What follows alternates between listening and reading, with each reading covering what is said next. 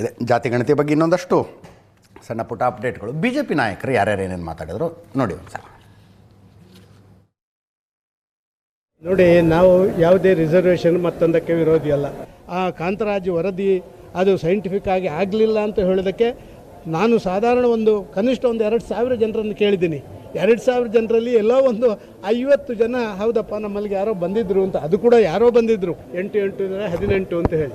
ಕಾಂಪಿಟೀಟರು ನನ್ನ ಪಾರ್ಟಿಯಲ್ಲೇ ಒಬ್ಬ ಇದ್ದಾನೆ ಅಂತ ವೈಯಕ್ತಿಕ ಪ್ರತಿಷ್ಠೆಗಾಗಿ ಇಡೀ ಸಮುದಾಯವನ್ನು ಯಾಕೆ ಬಲಿ ಕೊಡ್ತೀರಾ? ಇದವರ ಕೊನೆಯ ದಿನಗಳನ್ನು ಅವರು ಎಣಿಸುವಂಥ ಕಾಲ ಅಂತ ನಾನು ಹೇಳಲಿಕ್ಕೆ ಇಚ್ಛೆಪಡ್ತಾ ಇದ್ದೇನೆ. ಅಹಂಕಾರದ ತುತ್ತತುದಿಗೆ ತಲುಪಿಬಿಟ್ಟಿದ್ದಾರೆ ಸಿದ್ದರಾಮಯ್ಯರು. ಈ ರೀತಿ ದುರಹಂಕಾರದ ವರ್ತನೆ, ಒಂದು ಸಮಾಜದ ಮೇಲೆ ಗದಾಪ್ರಹಾರ ಮಾಡುವಂಥ ಈ ಪ್ರವೃತ್ತಿಯ ಬಗ್ಗೆ ಇದನ್ನು ನಾನು ಖಡಾಖಂಡಿತವಾಗಿ ಖಂಡಿಸ್ತೇನೆ. ಮುಸ್ಲಿಂ ಸಮುದಾಯದಲ್ಲೂ ಕೂಡ ಅನೇಕ ಜಾತಿಗಳಿವೆ. ಮುಸ್ಲಿಮರನ್ನ ಒಂದೇ ಮಾಡಿ ಈಗ ಇಡೀ ರಾಜ್ಯದಲ್ಲಿ ಮುಸ್ಲಿಂ ನಂಬರ್ 1 ಅಂತ ಮಾಡಿದ್ದೀರಿ. ಅಲ್ಪಸಂಖ್ಯಾತರು ಅನ್ನೋರನ್ನ ನೀವು ಬಹುಸಂಖ್ಯಾತರು ಮಾಡಿದ್ದೀರಿ. ಅಂದಮೇಲೆ ಇನ್ನು ಅಲ್ಪಸಂಖ್ಯಾತರ ಇದು ಯಾಕೆ ಬೇಕು? ಅವರಿಗೆ ಟ್ಯಾಗ್ ಯಾಕೆ ಬೇಕು?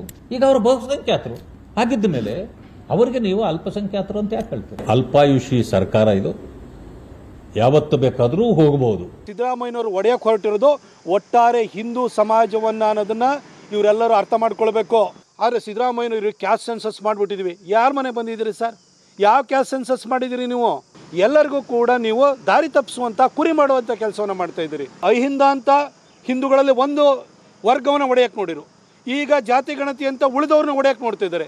ಇದೆಲ್ಲ ಸಿದ್ದರಾಮಯ್ಯನವರು ಕುರ್ಚಿ ಉಳಿಸ್ಕೊಳ್ಳೋದಕ್ಕೆ ಮಾಡ್ತಾ ಇರುವಂತಹ ನಾಟಕ ಇದು.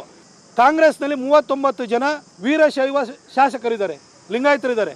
ಹಾಗಾದ್ರೆ ಮುಖ್ಯಮಂತ್ರಿ ಸೀಟ್ ಬಿಟ್ಕೊಡಿ. ಹಾಗಾದರೆ ಅದನ್ನು ಬಿಟ್ಕೊಡಕ್ಕೆ ನೀವು ರೆಡಿ ಇಲ್ಲ.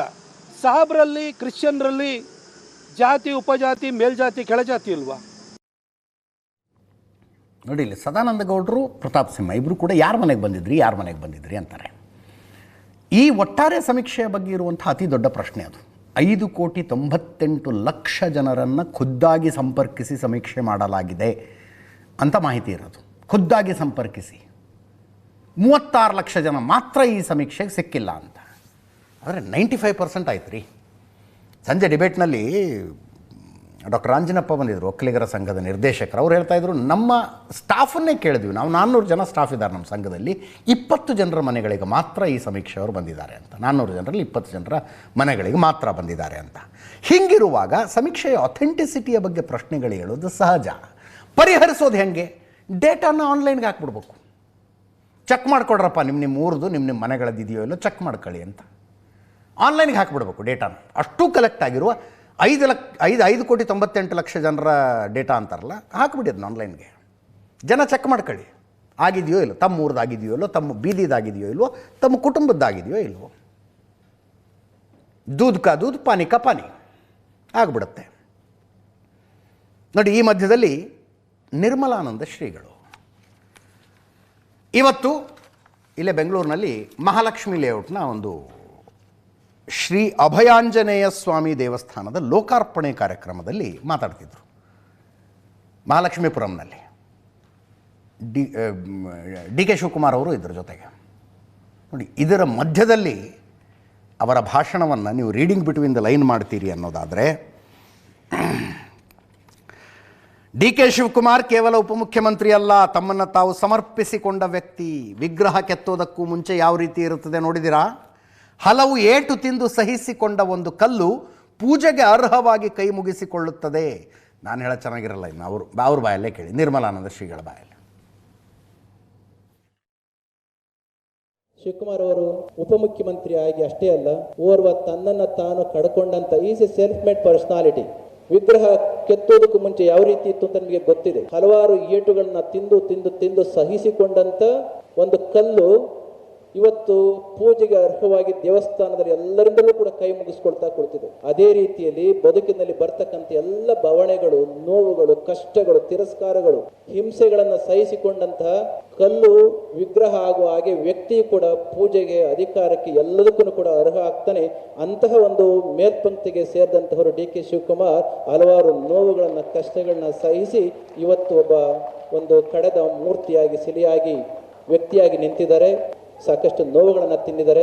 ಅಂತಹ ಡಿ ಕೆ ಶಿವಕುಮಾರ್ ಅವರು ಇವತ್ತು ಈ ಕಾರ್ಯಕ್ರಮಕ್ಕೆ ಬಂದು ನಿಮ್ಮೆಲ್ಲರನ್ನು ಕೂಡ ಉದ್ದೇಶಿಸಿ ಮಾತನಾಡುವಂತ ಬಹಳ ಸಂತೋಷ ಇದೆ.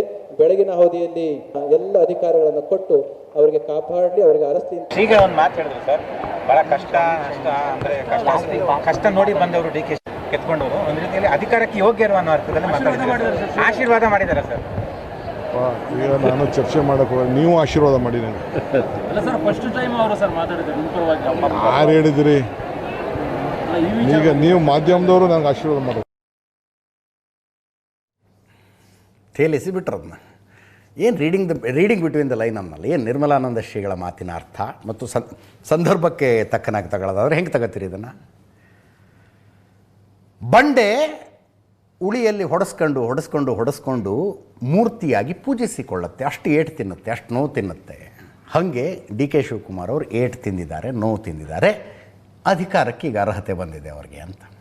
ಅಧಿಕಾರಕ್ಕೆ ಅರ್ಹತೆ ಬಂದಿದೆ ಅಂದರೆ ಅಕ್ಟೋಬರ್ 31 ಡೆಡ್ಲೈನ್ ಕೊಟ್ಟು ಬಂದಿದ್ದಾರಲ್ಲ ದಿಲ್ಲಿಗೆ ಹೋದಾಗ ಡಿ ಕೆ ಶಿವಕುಮಾರ್ ಅವರು, ಅದು ಆಗಬೇಕು ಅನ್ನುವ ಅರ್ಥದಲ್ಲಿ ಹೇಳಿದ್ರ.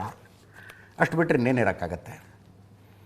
ಈ ಕಾರ್ಯಕ್ರಮ ಮುಗಿಸಿ ಮಠಕ್ಕೆ ಹೋಗಿ ಸ್ವಾಮೀಜಿಗಳನ್ನು ಭೇಟಿಯಾಗಿ ಆಶೀರ್ವಾದ ತಗೊಂಡು ಆ ನಂತರ ಒಕ್ಕಲಿಗ ಶಾಸಕರುಗಳ ಸಭೆಗೆ ಬಂದಿದ್ದು ಡಿ ಕೆ ಶಿವಕುಮಾರ್ ಅವರು. ಈಗ ಸಭೆ ನಡೀತಾ ಇದೆಯಲ್ಲ, ಮಹಾಲಕ್ಷ್ಮೀಪುರಂ ದೇವಸ್ಥಾನದ ಕಾರ್ಯಕ್ರಮ ಮುಗಿಸಿ ಮಠಕ್ಕೆ ಹೋಗಿ ಸ್ವಾಮೀಜಿಗಳ ಜೊತೆ ಚರ್ಚೆ ಮಾಡಿ ಆ ನಂತರ ಇಲ್ಲಿಗೆ ಬಂದರು.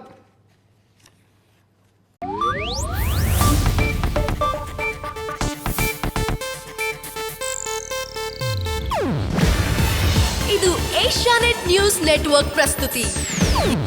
ನೀವು ನೋಡ್ತಿದ್ದೀರಾ ಏಷ್ಯಾನೆಟ್ ಸುವರ್ಣ ನ್ಯೂಸ್.